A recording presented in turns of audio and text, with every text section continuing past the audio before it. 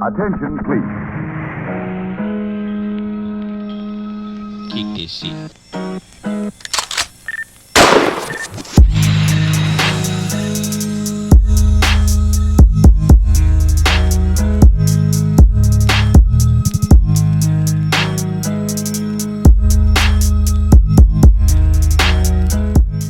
Salut les complotards, moi c'est Babar et aujourd'hui on revient pour une vidéo totalement complotiste où on va en fait détruire les monnaies locales. Et bah oui, parce que les monnaies locales c'est une grosse arnaque. Et donc si vous aimez mon travail, ben ça serait très gentil de faire le petit clic, le petit abonnement, le petit commentaire, hein. Parce que bon, on est bientôt 50, hein. Et donc aujourd'hui on va justement parler des monnaies locales, mais avant je voudrais revenir, et c'est très important, sur la toute première vidéo. Donc on va mettre un petit onglet ici, la première vidéo que j'avais fait sur les euros numériques. Et justement ça serait bien que vous alliez voir cette vidéo avant de voir celle-ci. Vous allez voir pourquoi. Donc on est sur le site de BFM Alsace, hein, parce que bon, on va pas parler de toutes les monnaies locales, hein, on va se concentrer sur celle que je connais le plus, hein, c'est-à-dire la cigogne dans le Haut-Rhin, hein. De toute façon vous allez voir que partout en Europe c'est exactement la même chose et la même carotte. Et on va regarder un petit peu ce petit reportage, qu'est-ce qu'il nous raconte, hein. Je vous le disais, donc les monnaies locales, il en existe 3 en Alsace, le Stuck dans le Bas-Rhin, le Radis à Ungersheim, et on s'intéresse ce matin à la cigogne dans le Haut-Rhin. Elle existe depuis 5 ans à Mulhouse, quelques mois seulement à Colmar, et c'est un reportage de Cécile Motz.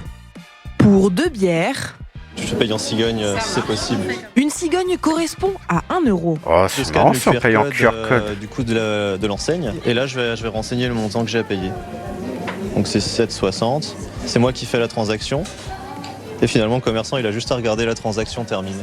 Dans le département, une cinquantaine de commerces acceptent ce titre de paiement, pas comme les autres.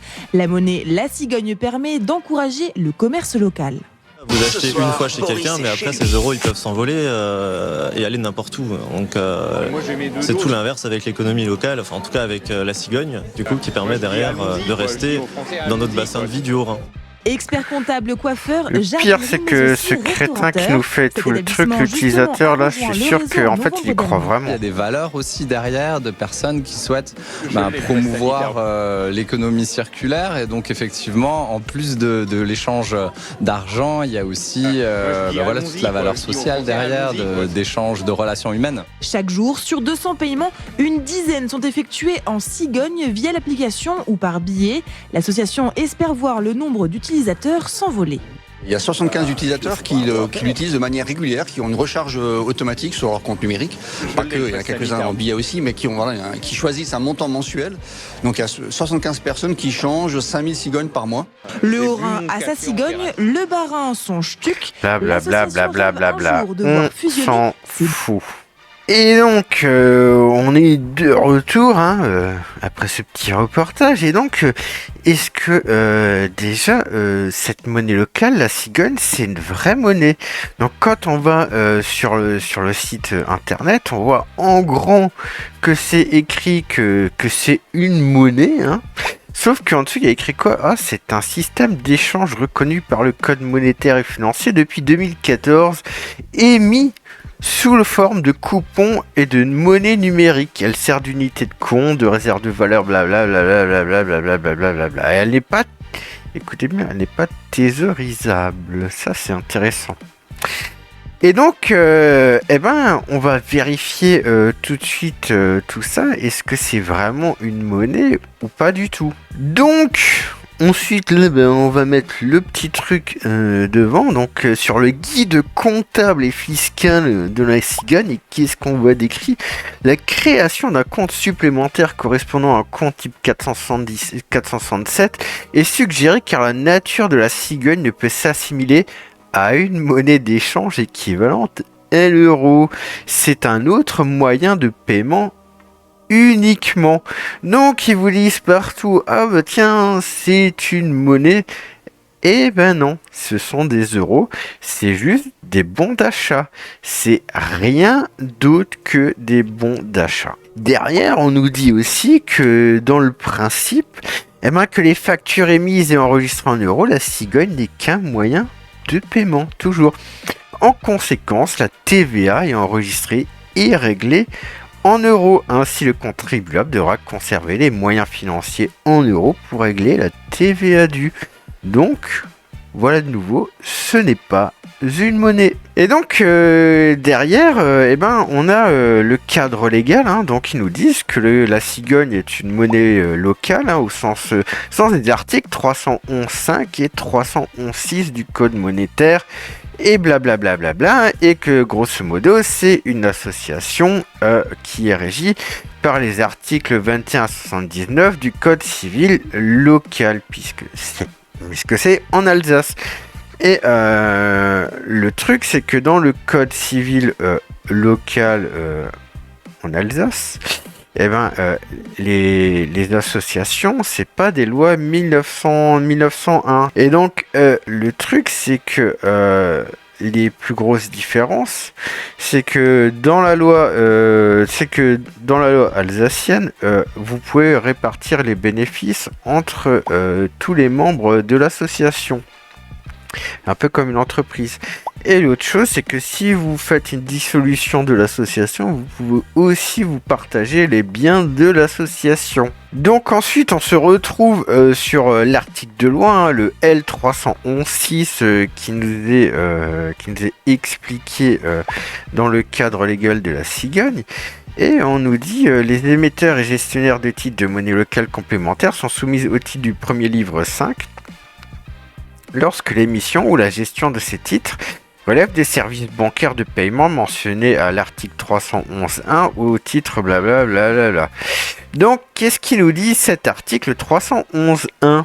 Eh bien, cet article 311.1, il nous dit les opérations de banque comprennent la réception de fonds remboursables du public, les opérations de crédit ainsi que les services bancaires de paiement. Mais alors, ça veut dire qu'avec ces monnaies locales, ces associations auraient le droit de faire du crédit. Elles auraient le droit de faire comme une banque, de proposer des crédits. Alors pourquoi est-ce qu'elles ne le font pas ?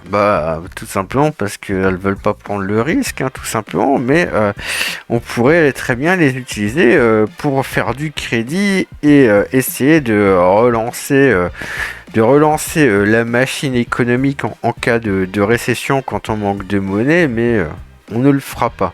Par contre, là où ça devient intéressant, c'est que si vous êtes quelqu'un de mal intentionné, de très mal intentionné, et que vous connaissez très bien la monnaie, je vais pas expliquer comment faire ça, mais si vous prenez le code alsacien avec la loi sur les monnaies locales, que vous êtes mal intentionné et que vous connaissez bien la monnaie, les réglementations bancaires, vous pourriez très bien vous faire des fortunes en utilisant par exemple le marché de l'euro. Vous savez, c'est le même marché que l'euro-dollar, c'est le marché de la création monétaire offshore, c'est-à-dire le fait de créer de la monnaie dans les paradis fiscaux. Et quelqu'un de très mal intentionné pourrait très bien faire du crédit illimité par ce biais-là, et ensuite se répartir les bénéfices entre tous les membres de l'association. Je dis ça comme ça, je dis rien. Ça pourrait aussi très bien servir à une plateforme de blanchiment d'argent. Je dis ça comme ça, je dis rien. Ces monnaies sont conçues pour circuler, elles n'ont pas de taux d'intérêt positif. Si on les épargne, elles ne feront pas de petits. Et même parfois, elles ont un taux d'intérêt négatif, c'est ce qu'on appelle la monnaie fondante. Si vous n'utilisez pas votre monnaie locale, elle perd 2% de sa valeur au bout de 6 mois, par exemple. A noter cependant que les professionnels peuvent reconvertir leur monnaie locale en euros si nécessaire, moyennant souvent un malus, c'est-à-dire une petite taxe de 5%. Donc ensuite on a aussi cette petite vidéo là qu'on vient de voir qui est très intéressante où nous parle que ça serait une monnaie fondante, que la cigogne serait une monnaie fondante. Alors qu'elle est basée sur les euros qui ne sont pas une monnaie fondante. Donc ça veut dire que grosso modo, déjà là vous faites arnaquer, puisque je rappelle que ce n'est pas une monnaie, ce n'est qu'un moyen de paiement. Donc on vous dit ah bah tiens, si vous les utilisez pas, on pourrait vous retirer jusqu'à 2% par an. Mais est-ce que ça ne vous rappelle pas quelque chose? Par exemple, l'article que je vais vous mettre devant, et qui justement nous disait, qui nous parlait des taux d'intérêt négatifs et comment les faire fonctionner. Donc comme j'ai dit au début, revenez à la première vidéo sur les euros numériques. Et justement, on voyait que dans cet article, on nous parlait de mettre des taux d'intérêt négatifs, voire profondément négatifs, en mettant un taux de change entre la monnaie numérique de banque centrale et la monnaie normale en défaveur de la monnaie normale. Comme ça, ça obligerait les gens à utiliser la monnaie numérique de banque centrale. Et cette monnaie numérique de banque centrale serait à taux négatif, donc vous perdrez de l'argent tous les ans. Et souvenez-vous que dans cet article, il vous avait aussi dit qu'il faudra faire un effort de communication énorme. Vous savez, là, quand on vous dit avec la cigogne, blablabli, blablabla, on fait tous ces trucs de bisounours tout rose, là, sur les monnaies locales, comme quoi, oui, ça va développer le commerce local, et blabla. Eh ben, là, vous voyez, vous êtes sur le même système, puisqu'on vous dit, ah bah tiens, c'est une monnaie fondante. Alors, pour l'instant, la monnaie fondante, elle apparaît au bout de 1 an. C'est-à-dire que dans le cadre légal, dans les CGU de la cigogne, ils vous disent que si vous n'utilisez pas vos cigognes pendant 1 an, ensuite on va vous enlever 2 cigognes tous les mois, donc 2 € tous les mois. On va vous enlever quand même de l'argent tous les mois. Et en plus, il n'y a pas de prorata, c'est-à-dire c'est pas un pourcentage, là c'est 2 €. Or, vous vous souvenez, il vous a dit que là, tous les mois, grosso modo, il y a 5000 cigognes qui sont échangées. Donc, et qu'il y a 75 personnes qui utilisent grosso modo les cigognes. Donc quand vous regardez, ok, on n'est pas encore à 2%, mais je veux dire, il y a plein de gens qui doivent avoir simplement 100 € sur leur compte cigogne. Donc s'ils les utilisent pas, tous les mois on leur enlèvera deux trucs de cigogne quand même. Donc si quelqu'un a 100 €, ça veut dire que sur l'année on enlève 24 €. C'est à dire quand même on lui fait un taux négatif de 24% s'il les utilise pas en 2 ans. Et donc souvenez-vous de cette phrase qui disait « Elles ne sont pas thésaurisables », c'est-à-dire que c'était prévu à l'avance qu'il y aurait des taux négatifs. Eh ben oui, les mecs qui font les réglementations, ils savent très bien ce qu'ils écrivent. Et donc on a aussi dans le guide comptable et fiscal une chose très très intéressante, c'est que justement on nous parle qu'un salarié, il pourrait être payé en cigogne. Oh tiens, c'est marrant ça. Et donc on nous dit que l'avenant signé par le salarié et par l'employeur précise le pourcentage de la rémunération et le montant qui sera réglé en monnaie locale. Donc le règlement en cigogne est effectué à partir du 15 du mois au plan juridique et comptable et comme un acompte sur salaire. Le règlement en cigogne présente ainsi d'être disponible plus rapidement pour le salarié. Pour l'employeur, il lui permet d'utiliser régulièrement la part de son chiffre d'affaires encaissé en cigogne, blablabla. Et donc il dit le règlement d'une part de la rémunération en cigogne est donc une opération gagnante à la fois pour le salarié et pour l'employeur. Mais je suis désolé, mais quand vous gagnez un salaire là, Moi j'ai envie de vous dire, vous vous souvenez de la phrase de Christine Lagarde qui nous dira, grosso modo, je dis ça de tête, mais je mettrai ça en post-production, que les gens seront contents d'avoir un travail plutôt qu'une épargne. Je pense qu'on sera plus content d'avoir un emploi plutôt que d'avoir une épargne protégée. Il ne faut pas avoir peur. Eh ben on en est là, puisque on dit bien que justement on est à une monnaie fondante, une monnaie où si tu l'utilises pas, on te retire de l'argent. Alors ok, on va dire oui, mais c'est que 2 euros par mois, gna gna. Eh ben oui, mais alors c'est pareil. Je veux dire, où est-ce que c'est gagnant pour tout le monde? Je veux dire, le salarié pourrait très bien demander une avance sur son salaire. Pourquoi est-ce que l'employeur, alors, il lui refuserait tout ce que vous pouvez faire avec les cigognes? Vous pouvez le faire avec des euros. Les cigognes, en fait, ils vous limitent juste à ce que vous pouvez acheter. Parce que le mec qui reçoit son salaire en cigogne, imaginons que, je sais pas, sa voiture, elle casse. Est-ce qu'il peut aller au premier garage Peugeot du coin? Non, carrément pas. Il va aller voir le mec... de chez Peugeot, il va lui dire, écoute, mec, j'ai que des cigognes. Non mais l'autre, il va lui rire au nez. Non mais je vois pas en quoi c'est avantageux, gagnant-gagnant. Au lieu de vous payer avec des euros, et quoi qu'on en dise, c'est une vraie monnaie, on va vous payer en bon d'achat. Non mais vous vous rendez compte, on va vous donner de l'argent en bons d'achat. Les monnaies locales ne sont que des bons d'achat, c'est un moyen de paiement. C'est-à-dire qu'au lieu d'avoir des euros et de pouvoir les utiliser dans différents moyens de paiement, vous n'en avez qu'un seul qui vous limite. En plus au nombre de commerçants où vous pouvez acheter, et en plus... vous pouvez même pas faire des économies. Eh ben non, vous pouvez pas faire des économies parce que ça, on va le voir ensuite. Eh ben oui, parce que la cigogne, vous ne pouvez avoir que 2500 cigognes au maximum. Donc, moi je suis désolé, mais il fait comment le mec qui touche même 1500 € par mois au bout de...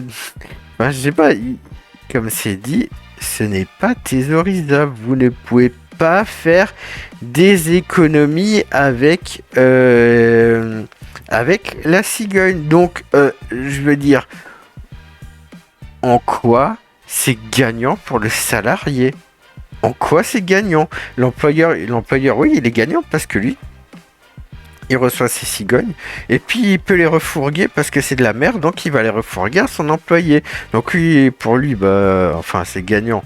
Déjà, en fait, il faut qu'il les accepte. Moi, je serais un commerçant, je les accepterais pas. Mais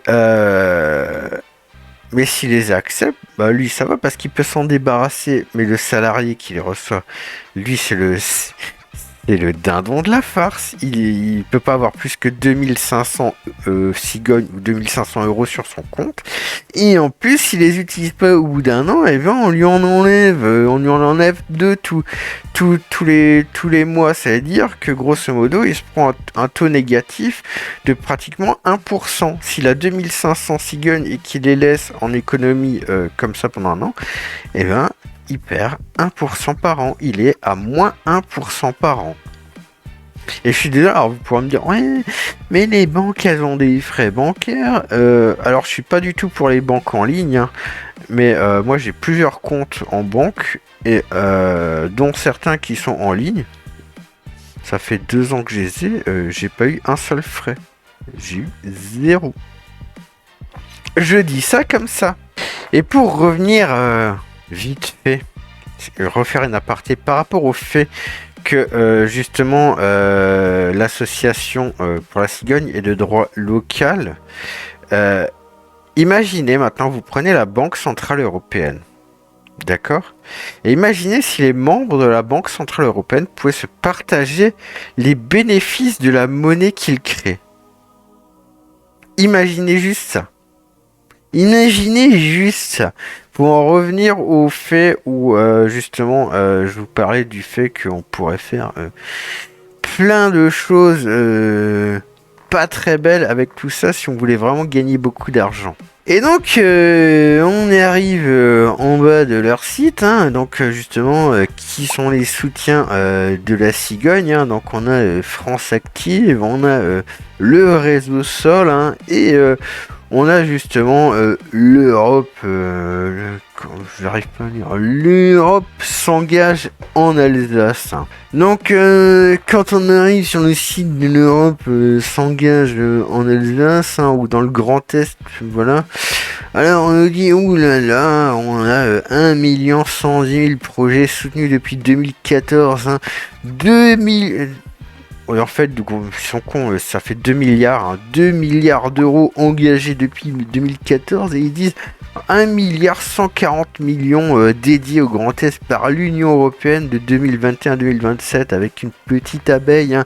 Eh ben oui, hein, pour faire tout joli, le monde des bisounours. Mais j'ai envie de dire, cet argent, il vient d'où? Je veux dire, on nous fait croire, ah bah tiens, l'Union Européenne va nous donner de l'argent comme ça, ouh, c'est super et tout. Mais l'argent de l'Union Européenne, il vient d'où? L'argent de l'Union Européenne, il vient de nous, hein. Et la France est le deuxième contributeur de l'Union Européenne et on reçoit moins d'argent de l'Union Européenne qu'on en dépense pour l'Union Européenne. Donc au bout d'un moment, faut arrêter de se foutre du monde, hein. Et donc, derrière...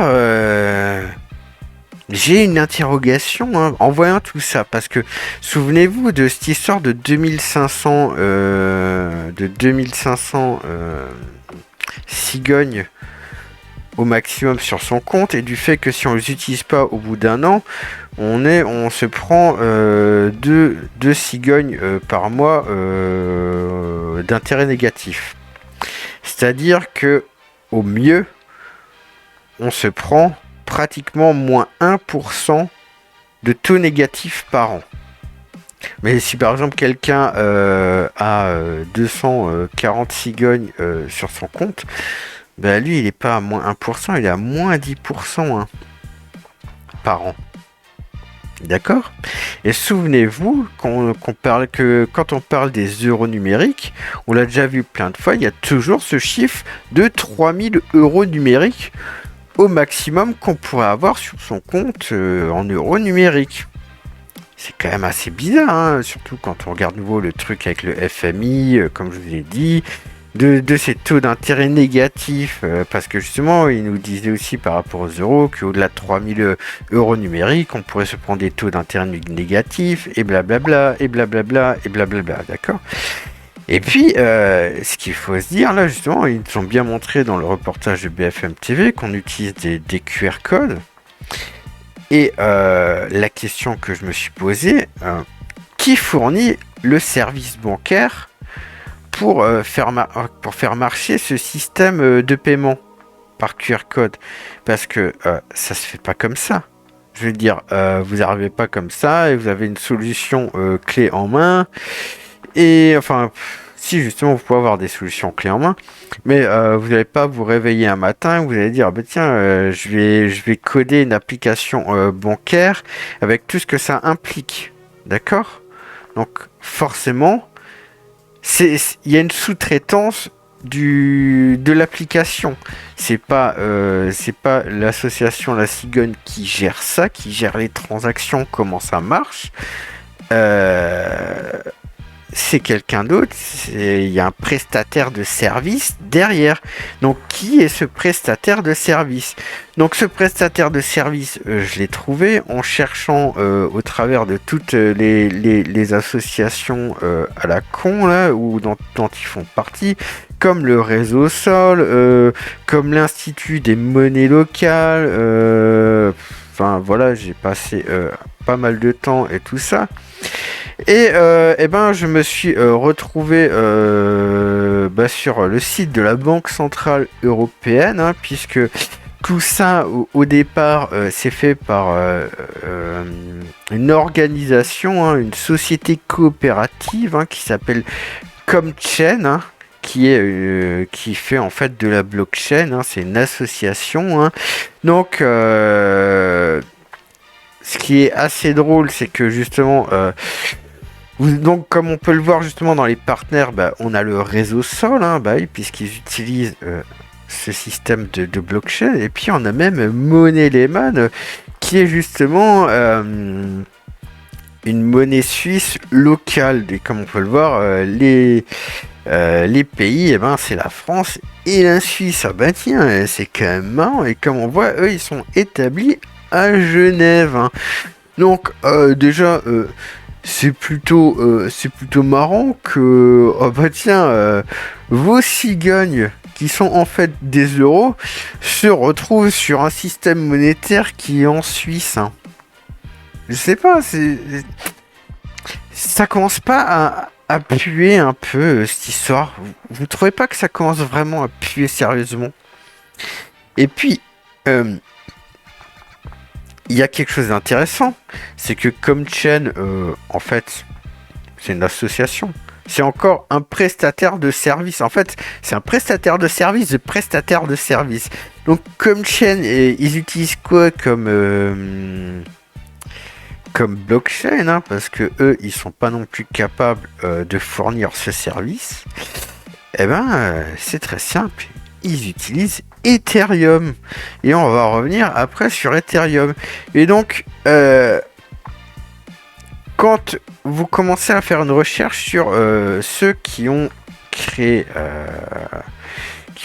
justement CommChain. Alors déjà, c'est assez marrant parce que quand vous allez dans le truc où il y a écrit Main Application, donc il y a écrit Digital Currency, Cryptocurrency, hein, donc Voting Élection, hein, c'est marrant ça quand même. Vous sentez pas le truc qui pue, hein, comme les machines de vote électronique, tout ça.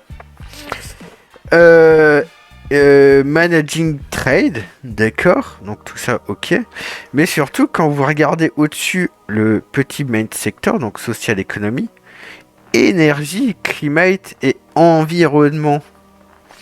Donc on se retrouve de nouveau dans toute cette connerie de fausse écologie, hein, qu'on a en ce moment. On veut nous mettre des éoliennes, rouler en voiture électrique, toutes ces conneries.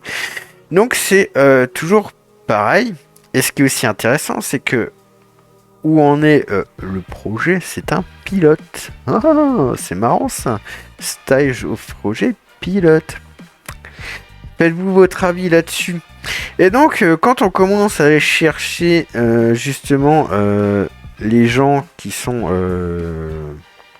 à chaque fois, il y a écrit founder et je cherche le mot en français après, mais bon, ceux qui ont créé CommChain. Donc, dans ceux qui ont fondé CommChain, hein, on a par exemple Jean Rossio, qui fait partie de Europe Écologie Les Verts. Vous savez, ceux qui nous parlent d'une 6ème République, qui veulent la soi-disant transition énergétique, où ils veulent plus de nucléaire et ils veulent juste nous mettre des éoliennes à la con et qu'on roule tous avec des voitures électriques, hein, voilà. Et justement, donc c'est aussi quelqu'un qui veut nous faire passer dans le numérique, hein. Alors j'ai envie de vous dire, souvenez-vous de Europe Écologie Les Verts, hein, qu'est-ce qu'ils nous avaient fait dernièrement? C'est eux qui nous ont passé toutes les lois de merde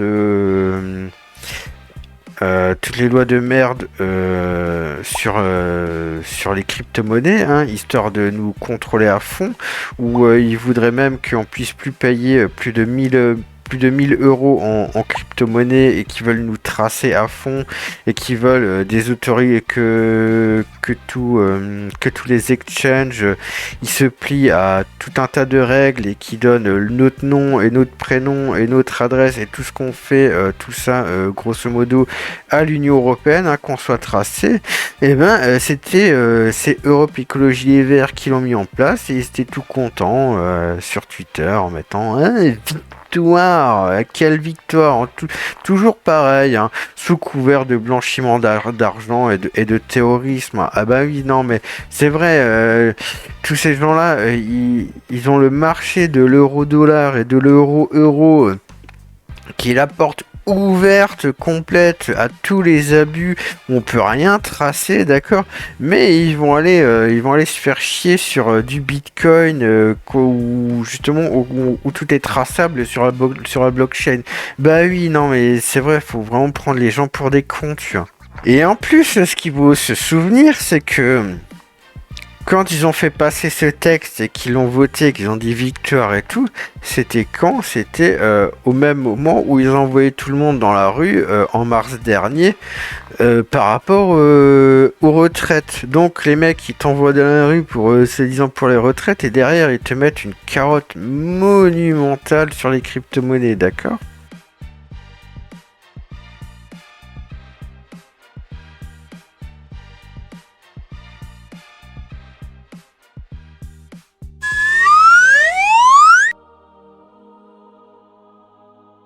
Donc, ensuite, on va un petit peu aller sur Ethereum, parce que la cigogne, apparemment, ils utilisent la blockchain Ethereum et les smart contracts, justement, pour, comment dire, pour faire marcher leur SigoPay, hein, pour faire écho à Apple Pay et Google Pay et machin chose, tous les payes possibles et inimaginables, les faire classe, hein. Et donc là on se retrouve sur le site du forum de Davos, hein, et oh bah tiens, c'est marrant, parmi les auteurs, comme ils appellent ça, du forum de Davos, on a Aya Miyaguchi, qui est genre la numéro 2 de la fondation Ethereum. Oh bah merde alors, c'est con ça, d'accord. Et surtout que quand on regarde, parce qu'en fait j'avais déjà, il y a un petit moment, j'avais déjà regardé la description de sa petite fiche, hein, sur le site du forum de Davos, et dernièrement ils l'ont changé, c'est-à-dire ils écrivent plus qu'en 2019 elle a fait partie du conseil global de tout ce qui était blockchain pour le forum de Davos, d'accord. Même si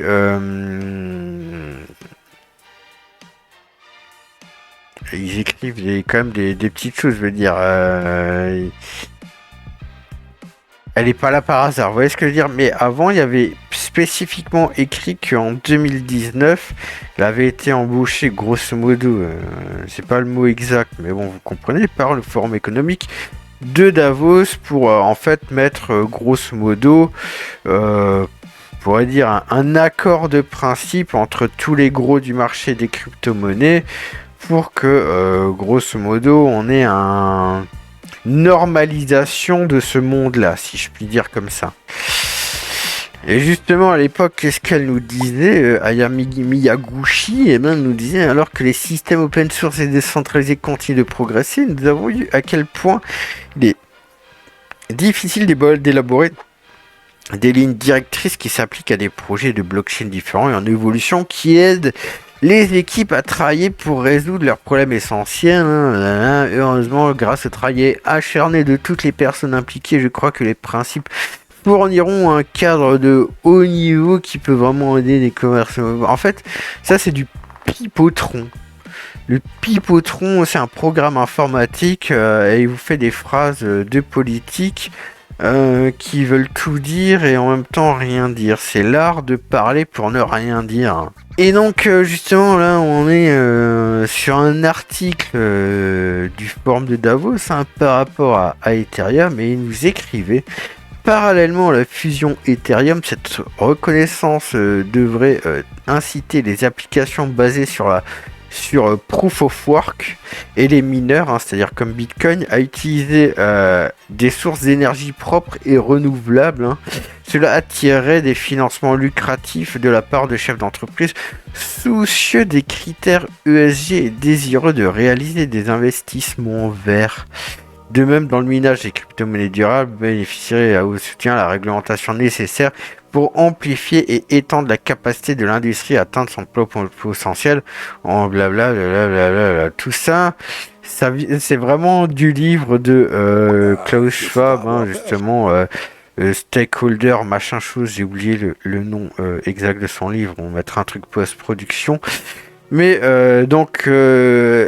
c'est quand même marrant, c'est que là, il nous parle des critères ESG, donc je ferai une vidéo sur ces critères ESG, hein, c'est les critères économiques, sociaux et de gouvernance, hein. Et donc, vous pouvez un peu chercher par vous-même. Mais grosso modo, si vous voulez avoir du financement institutionnalisé, il faut répondre aux critères ESG comme il faut. Il faut grosso modo être la plus grosse suceuse de Klaus Schwab. Et ainsi, vous obtiendrez des financements institutionnels. C'est pour ça que quand vous avez la Pride Month, là, surtout aux États-Unis, vous avez toutes les marques comme Nike et compagnie qui font plein de pubs par rapport à tout ça, qui sont vachement woke et machin chose, juste en fait pour améliorer leur note ESG et ainsi attirer du financement institutionnel. Et donc, non c'est bon. Et donc, là on va tomber dans le fond du fond, hein, parce que y a un procès aux États-Unis, hein, le procès Consensus, hein, qui est en gros globalement on s'en fout, mais il y a des actionnaires qui sont en plus, il me semble, des employés de Consensus qui dont le PDG a dilué leurs actions alors que c'est pas ce qu'il devait faire, blablabla, on s'en fout. Ce qui est important, c'est que dans ce procès, on s'est rendu compte, le fond du fond, que JP Morgan possède une grande partie de Ethereum. Oh là là, c'est marrant ça, hein. C'est toujours les mêmes, hein. Vous vous souvenez, on mettra là la vidéo sur Draw My Economy où déjà on parlait justement de JP Morgan qui gardait l'or de BlackRock. En plus, il y avait des faux lingots et compagnie. On retrouve toujours les mêmes dans les mauvais coups, hein. Et donc, qu'est-ce qu'on apprend ? On apprend que l'accord connu au sein de CAG, connu sous le nom de projet North Star, a permis aux institutions financières JP Morgan de remporter une part importante de la propriété intellectuelle lucrative de l'entreprise, en particulier MetaMask et Infura. Le portefeuille cryptographique MetaMask et le réseau de nœuds Infura demeurent sans doute l'infrastructure la plus critique de l'écosystème Ethereum. Il s'avère que JP Morgan, gros chat de Wall Street, profite directement de cette infrastructure et la contrôle même. Donc, et en plus, ce qu'il faut aussi se souvenir, c'est que Vitalik Buterin a souvent défendu le Forum économique de Davos. Donc, Ethereum, le premier ennemi de Bitcoin, si je puis dire, c'est contrôlé par le Forum de Davos et par JP Morgan. Et donc, quand vous utilisez des monnaies locales, hein, n'importe laquelle, toutes celles qui sont numériques, d'une, vous utilisez que des bons d'achat, d'accord, vous utilisez que des bons d'achat qui sont en euros, d'accord. En plus, on vous met à taux négatif. En plus, vous n'avez pas le droit de thésauriser. Vous êtes limité à 2500 cigognes. D'accord. Vous êtes obligé de les dépenser, sinon vous perdez de l'argent, comme j'ai dit, c'est à taux négatif. Et en plus, on vous pousse à utiliser le système SigoPay. On vous oblige même à utiliser le système SigoPay, d'accord. Alors que ce système, derrière, c'est qui ? C'est Ethereum. Et en fait, ça veut dire que vous êtes contrôlé et par la BCE, et par JP Morgan, et par le Forum économique de Davos. Et souvenez-vous de ce qu'il y avait écrit au FMI, il faudra un effort de communication énorme. Imaginez toutes les strates, et j'en ai enlevé une grande partie pour arriver à ComChain là, d'accord ? Regardez toutes les strates qu'il y a eu entre JP Morgan et SigoPay. Et regardez tout ce qu'on vous dit par rapport aux monnaies locales, et ceci, et cela, et cela. Eh ben non, vous vous faites avoir. Vous êtes baisés, si je puis dire. Enfin voilà, moi j'en ai terminé pour cette vidéo. Et bien sur ce, moi les complotards, je vous souhaite une bonne soirée ou une bonne journée, et je vous dis à très bientôt. Ciao.